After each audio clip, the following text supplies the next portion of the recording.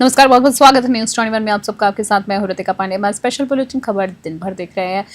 बड़ी खबरों से शुरुआत कर रहे हैं केकड़ी से आ रही है। राजकीय जिला चिकित्सालय केकड़ी में कार्यरत स्त्री रोग विशेषज्ञ डॉक्टर प्रीति निम्बोड़िया पर लापरवाही और रिश्वतखोरी के आरोप लगे हैं। जी आपको बता दें, रिश्वतखोरी का आरोप लगा है। एक मरीज के परिजनों ने आरोप लगाया है कि डॉक्टर की लापरवाही के कारण मरीजों की हालत ज्यादा बिगड़ गई है। वहीं पीड़ित मरीज सुमित्रा धाकड़ को 1 सितंबर को प्रसव के लिए अस्पताल में भर्ती कराया गया था, जहां डॉक्टर निम्बोड़िया ने उनका ऑपरेशन किया।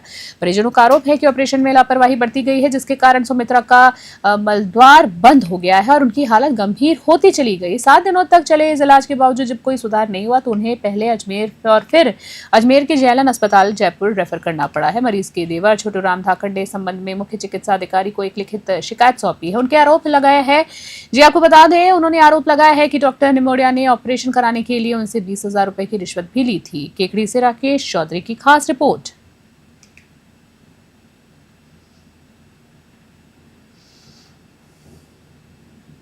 ये था कि उनकी डिलीवरी होनी थी, तो यहाँ पे प्रीति निम्बोड़िया से इलाज हुआ।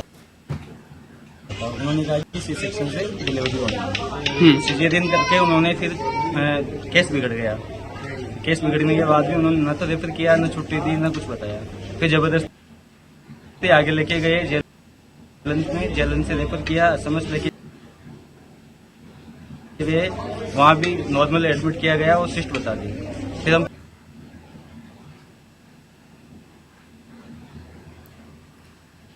प्राइवेट हॉस्पिटल में लेके गए तो पता चला है कि मरीज की हालत बहुत ज्यादा खराब है। पैर हो रखे हैं तो वो तो है अभी छुट्टी पे।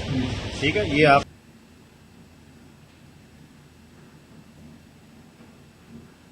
प्रार्थना पत्र ले लिया, इस पर हम एक जांच कमेटी गठित कर देंगे। ठीक है, अभी यहाँ के क्या कागज है,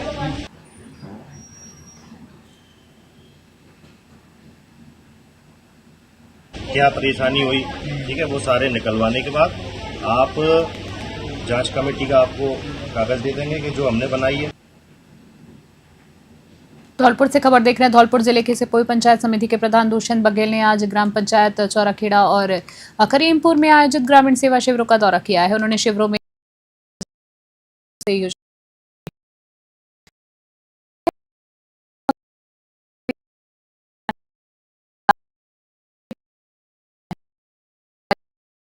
ये सुनिश्चित करें कि किसी भी लाभार्थी को परेशानी ना हो और सभी को समय पर योजनाओं का फायदा मिल सके। इस मौके पर तहसीलदार प्रवीण गुप्ता और विकास अधिकारी रामबोल सिंह सहित अन्य अधिकारी भी मौजूद थे। प्रधान बघेल ने ग्रामीणों से इन शिविरों को अधिक से अधिक लाभ उठाने की अपील की है। शिविर में चिकित्सा, पेंशन, राशन कार्ड, सामाजिक सुरक्षा, बिजली और पानी जैसे कई विभागों की सेवाएं प्रदान की गई। धौलपुर से संजय कसाना की रिपोर्ट। आज पंचायत समिति सैंपो की ग्राम पंचायत चौराखेड़ा में मैं यहाँ ग्रामीण सेवा शिविर में उपस्थित हुआ।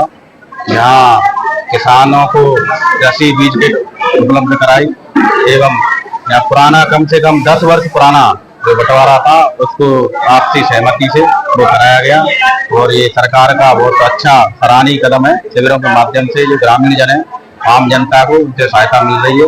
उनकी छोटी छोटी जो समस्याएं थी वो ऑफिसों के बार बार ऑफिस जाते थे, वो एक ही जगह पर, एक ही स्थान पर जो अटल सेवा केंद्र है वहाँ सभी विभागों उपस्थित हैं, जिनसे जनता को लाभ है वो मिल रहा है। और भारतीय जनता पार्टी की आदरणीय मुख्यमंत्री भजनलाल शर्मा जी की जो नीति है, उनकी जो सोच है जनता के प्रति, वो साफ दिखाई देती है और आम जनता को बड़ा ही लाभ इन शिविरों के माध्यम से मिल रहा है। बारा से खबर देख रहे। बारा के कोटा रोड पर स्थित होटल राज पैलेस में बीती रात गरबा महोत्सव में गैर हिंदू युवकों को प्रवेश दिए जाने के मामले में हंगामा हो गया है। इस घटना के विरोध में आज विभिन्न धार्मिक संगठनों और अखाड़ों से जुड़े लोगों ने अतिरिक्त पुलिस अधीक्षक यानी एएसपी राजेश चौधरी को ज्ञापन सौंपा है। आपको बता दें, संगठनों ने आरोप लगाया है कि आयोजक देवेंद्र अरलखा और सीमा मेहता ने केवल पैसे कमाने के लिए गैर हिंदू युवकों को एंट्री पास बेचे हैं, जिससे धार्मिक भावनाओं को ठेस पहुंची है। ज्ञापन में हिंदू संगठनों ने भविष्य में ऐसे आयोजनों पर रोक लगाने की मांग की है और कहा है कि अगर ऐसे कार्यक्रम होते भी हैं तो उनमें ध्वनि विस्तारक यंत्रों के उपयोग पर पाबंदी लगाई जाए और कार्यक्रम के लिए तय समय सीमा का पालना जो है उसको सुनिश्चित किया जाए। एएसपी राजेश चौधरी ने संगठनों को आश्वासन दिया है कि अब वे ऐसे कार्यक्रमों में एंट्री पास के नियमों का पालन किया जाएगा। उन्होंने कहा है कि यदि आयोजक नियमों का उल्लंघन करते पाए गए तो उनके खिलाफ कानूनी कार्रवाई की जाएगी और कार्यक्रम स्थल से साउंड उपकरण जब्त कर दिए जाएंगे। बारा से हरीश शर्मा की खास रिपोर्ट।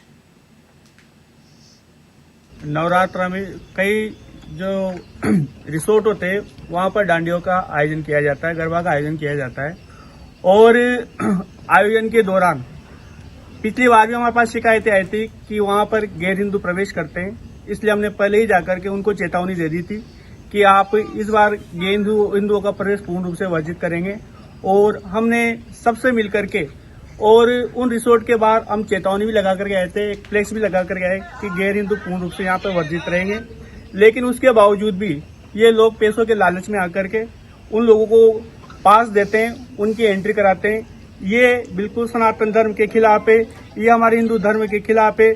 यहाँ पर इन लोगों का किसी भी प्रकार का कोई काम नहीं है, लेकिन इसके बावजूद भी ये लोग अपनी पहचान छिपाकर उसमें प्रवेश करते हैं। और कुछ जो इवेंट वाले लोग होते हैं वो भी पैसे के लालच में आकर के उनको पास देते हैं। ये 12 में जो आयोजन हो रहे हैं गरबा के, इसको लेकर हिंदू अखाड़ा समिति के नेतृत्व में 12 के जितने भी अखाड़े हैं, सबके जो लड़के हैं, सबके जो पहलवान हैं, उन सबको साथ लेकर हमने सभी आयोजकों को लिखित में एक आवेदन दिया है, नम्र निवेदन किया है कि भाई जो गैर हिंदू समाज के लोग हैं उनका प्रवेश इसमें नहीं होना चाहिए। उनके कारण भी हमने उनको बताया। कुछ कारण ऐसे हैं जो मीडिया के सामने सार्वजनिक नहीं किए जा सकते। बावजूद इसके उन लोगों की तरफ से कुछ कमियां रही। उसका नतीजा ये रहा कि कल भी कुछ विधर्मी, जिनके आप ये समझ सकते हैं कि न तो वो माता जी को मानते हैं, न वो गरबा खेलते हैं, न वो माता जी को ढोक लगाते हैं, न वो कलेवा बांधते हैं, न तिलक लगाते हैं, फिर किस आधार पे वो गरबाओं में जाते हैं, किस आधार पे वो आयोजनों में शामिल होते हैं, ये आप लोगों को और हम लोगों को समझने वाली बात है। आगे की कार्रवाई ये है कि हम एसपी साहब को अवगत कराने आए हैं और जो हमारे धार्मिक त्योहार हैं उनको त्योहारों की तरह ही मनाया जाए, न कि उनको एक धंधा बनाया जाए। जितने भी ये आयोजक करता है इन्होंने धंधा बना रखा है डांडिया और गरबा को। वास्तविकता में डांडिया और गरबा के बारे में जानते क्या है? क्या वास्तविक डांडिया गरबा होता है वहाँ पर, या नृत्य होता है? अश्लील गानों पर नृत्य किया जाता है, गैर हिंदुओं को वहाँ पर बुलाया जाता है। जब वो हमारे धर्म को मानते नहीं, हमारे धर्म को जानते नहीं, तो फिर उनका हमारे डांडिया में क्या काम? तारानगर से खबर देख रहे हैं। आगामी त्योहारों को ध्यान में रखते हुए आज तारानगर थाना परिसर में शांति समिति के सदस्यों की एक बैठक आयोजित की गई है। इस बैठक में कानून व्यवस्था बनाए रखने और अपराधों पर अंकुश लगाने के उपयोगों पर चर्चा की गई है। आपको बता दें उपायों पर चर्चा हुई है, जहां बैठक में डीएसपी रोहित सांखला और सीआई सतवीर मीणा ने शांति समिति के सदस्यों से पुलिस का सहयोग करने की अपील की है। बैठक में मुख्य रूप से इन बिंदुओं पर चर्चा हुई है। बता दें यातायात व्यवस्था में सुधार, चोरियों पर लगाम लगाना, रात्रि गश्त बढ़ाना, सार्वजनिक स्थानों पर सीसीटीवी कैमरास लगाना आदि। इन मौके पर समाज सेवी अमर सिंह चारण, मोहर सिंह जानी, मोहम्मद तैयब, हरी इंदौरिया, बाबू हुसैन कुरैशी सहित शांति समिति के अन्य सदस्य और पुलिसकर्मी भी मौजूद रहे। तारानगर से बुधराम वर्मा की रिपोर्ट। आज श्रीमान पुलिस अधीक्षक महोदय चूरू के निर्देशानुसार तारानगर थाना परिसर में शांति समिति और सीएलजी मीटिंग का आयोजन किया गया, जिसमें कस्बे के और विभिन्न समाजों के लोग जो हैं यहाँ पर उपस्थित हुए। उनसे आगामी रामनवमी, दशहरा और दीपावली जो त्यौहार है उनको लेकर उन पर चर्चा हुई, और भी कस्बे में और हम क्या सुधार कर सकते हैं पुलिसिंग के मामले में उनसे विभिन्न प्रकार की चर्चाएँ।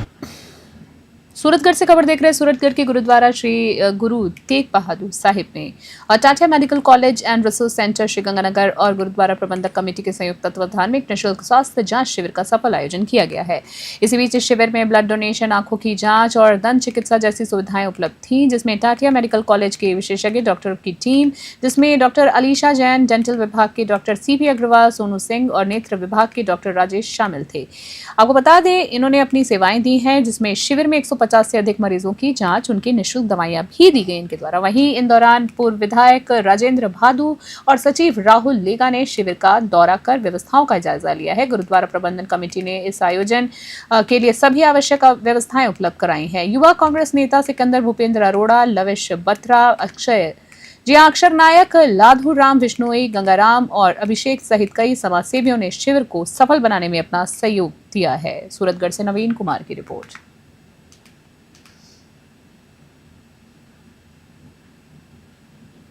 मांगरौल से खबर शुक्रवार को मांगरौल के करबला मैदान स्थित सब्जी मंडी में एक महिला के साथ 2 गैर धर्म के व्यक्तियों द्वारा की गई मारपीट और पुलिस की कथित हल्की कार्रवाई में विरोध में हड़ौती संभागीय कलाल समाज के प्रतिनिधिमंडल ने उपखंड अधिकारी और थाना अधिकारी को ज्ञापन सौंपा है। जी आपको बता दें कि साथ ही साथ कलाल समाज के प्रतिनिधियों ने आरोप लगाया है कि स्थानीय प्रशासन महिला को न्याय नहीं दे रहा है और हल्की धाराओं पे मामला दर्ज कर उसे रफा दफा करने की कोशिश की जा रही है और इसी बीच कोशिश कर रहा है। उन्होंने प्रशासन की कार्यप्रणाली पर भी बड़े सवाल उठाते हुए चेतावनी दी है कि अगर जल्दी न्याय नहीं मिला तो समाज एक बड़ा आंदोलन भी करेगा।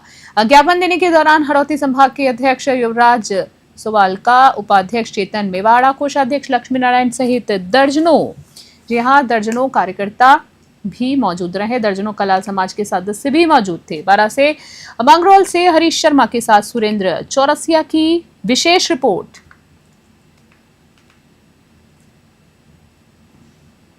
बांदीकुई से खबर। दौसा जिले के बांदीकुई उपखंड में स्थित आभानेरी में 2 दिवसीय आभानेरी फेस्टिवल का समापन हो गया है। फेस्टिवल के दूसरे दिन की बात करें, उप मुख्यमंत्री एवं पर्यटन मंत्री दिया कुमारी ने इसमें शिरकत की है। आप देख सकते हैं विजुअल में, जहां उप मुख्यमंत्री दिया कुमारी ने यहां प्रसिद्ध चांद, बावड़ी और हर्षद माता के दर्शन किए हैं। वहीं अब विशेष पूजा अर्चना भी की है। इसी बीच उन्होंने कुमार के चाक पर बैठकर मिट्टी के दीपक भी बनाया और लोगों को स्वदेशी अपनाने का संदेश भी दिया है। आपको बता दें कि उन्होंने कहा है कि इस दिवाली पर मिट्टी के दीपक जलाएं और स्थानीय उत्पादों की खरीदारी भी करें, जिससे यहाँ के लोगों को रोजगार मिलेगा। फेस्टिवल में अनवर खान ने खास प्रस्तुतियां दी हैं। वहीं कच्ची गोड़ी, कठपुतली, कालबेलिया, घूमर और पत दंगल जैसे लोक नृत्य ने पर्यटकों का मन मोह लिया है। बीकानेर के कलाकारों की 307 फुट लंबी मूंछों ने विदेशी पर्यटकों का ध्यान अपनी ओर खींचा है। भरतपुर की कामा नगाड़ा पार्टी ने पहली बार इस महोत्सव में हिस्सा लिया और अपनी प्रस्तुति से 4 चांद लगा दिए हैं। इस अवसर पर पर्यटन विभाग के उपनिदेशक उपेंद्र सिंह शेखावत भी मौजूद थे। उन्होंने बताया है कि आभानेरी फेस्टिवल का आयोजन वर्ष 2008 से लगातार हो रहा है और हर साल पर्यटकों की संख्या जो है वो बढ़ती जा रही है। बांदीकुई से कुमार मीणा की रिपोर्ट। जायल से खबर देख रहे हैं। जायल के कस्तूरबा गांधी बालिका आवासीय विद्यालय में छात्राओं को गर्मी से राहत पहुंचाने के लिए भामाशाह काकाणी परिवार ने 5 डेजर्ट कूलर भेंट किए हैं। जी हां, आपको बता दें काकाणी परिवार के इस योगदान की विद्यालय प्रशासन और छात्राओं ने खूब सराहना की है और उनका आभार बहुत बहुत व्यक्त किया है। इस अवसर पर आयोजित कार्यक्रम में मुख्य ब्लॉक शिक्षा अधिकारी राधेश्याम जिनागल, CDPO डॉक्टर हर्षा वर्मा और कई अन्य गणमान्य व्यक्ति भी मौजूद रहे। काकाणी परिवार की इस सराहनीय कदम से क्षेत्र में काफी प्रशंसा रही। जायल से रमेश जाजड़ा की रिपोर्ट।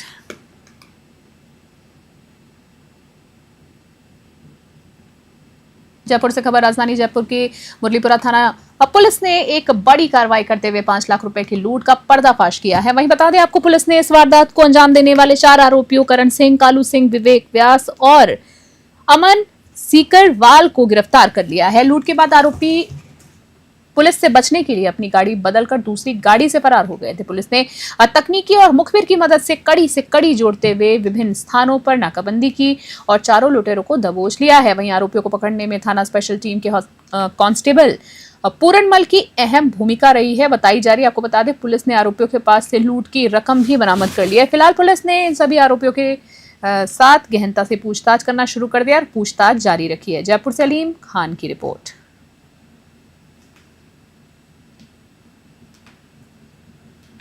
खास बुलेटिन में इतना ही। बने रहे न्यूज़ 21 फिलहाल के लिए नमस्कार।